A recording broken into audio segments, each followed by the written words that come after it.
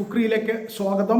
Brazil ലോകകപ്പിൽ നിന്ന് പുറത്ത് 1-നെതിരെ 2 ഗോളുകൾക്ക് പ്രീ ക്വാർട്ടർ ഫൈനലിൽ നോർവേയാണ് ബ്രസീലിനെ തോൽപ്പിച്ചത്.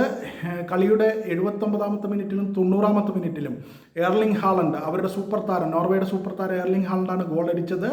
ബ്രസീലിന് വേണ്ടി പകരക്കാരനായി ഇറങ്ങിയ അവരുടെ സൂപ്പർ താരം നെയ്മർ ഇഞ്ചുറി ടൈമിൻ്റെ 10-ാമത്തെ മിനിറ്റിൽ കിട്ടിയ പെനാൾട്ടി, കസമിറോയെ പെനാൾട്ടി ബോക്സിൽ വെച്ച് ഫൗൾ ചെയ്തതിന് ലഭിച്ച പെനാൾട്ടി നെയ്മർ ഗോളടിച്ചു.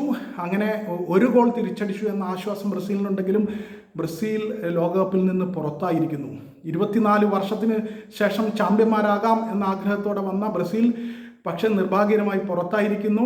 കളിയുടെ ആദ്യ പകുതിയിൽ 13-ാമത്തെ മിനിറ്റിൽ അവർക്ക് ലഭിച്ച ഒരു പെനാൾട്ടി അവർ പാഴാക്കിയിരുന്നു. ബ്രൂണോ ഗിമറസ് ആണ് ആ പെനാൾട്ടി പാഴാക്കിയത്. ഗിമറസ് എടുത്ത കിക്ക് നോർവേയുടെ ഗോളി നൈലൻഡ് അതിമനോഹരമായി ഡൈവ് ചെയ്ത് സേവ് ചെയ്യുകയായിരുന്നു. എന്തായാലും അവിടെ പിഴച്ചു ബ്രസീലിന്. പിന്നീട് അങ്ങോട്ട് വിനീഷ്യസ് ഉൾപ്പെടെ മാർട്ടിനെല്ലി, വിനീഷ്യസ് ഇവർക്കൊക്കെ അവസരങ്ങൾ ലഭിച്ചെങ്കിലും ഗോളാക്കി മാറ്റാൻ കഴിഞ്ഞില്ല.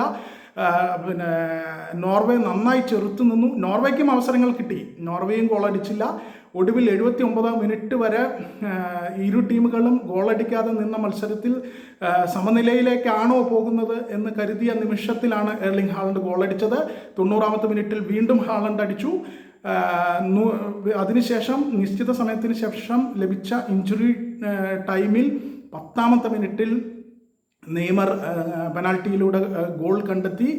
എന്തായാലും 1-നെതിരെ 2 ഗോളുകൾക്ക് ബ്രസീൽ തോറ്റിരിക്കുന്നു. അവരുടെ സൂപ്പർ താരം നെയ്മർ 70-ാമത്തെ മിനിറ്റിലാണ് ഈ കളിയിൽ ഇറങ്ങിയത്. 5 തവണ ലോക ചാമ്പ്യന്മാരായ ബ്രസീലിന് ഈ തോൽവി താങ്ങാവുന്നതിനും അപ്പുറമാണ്.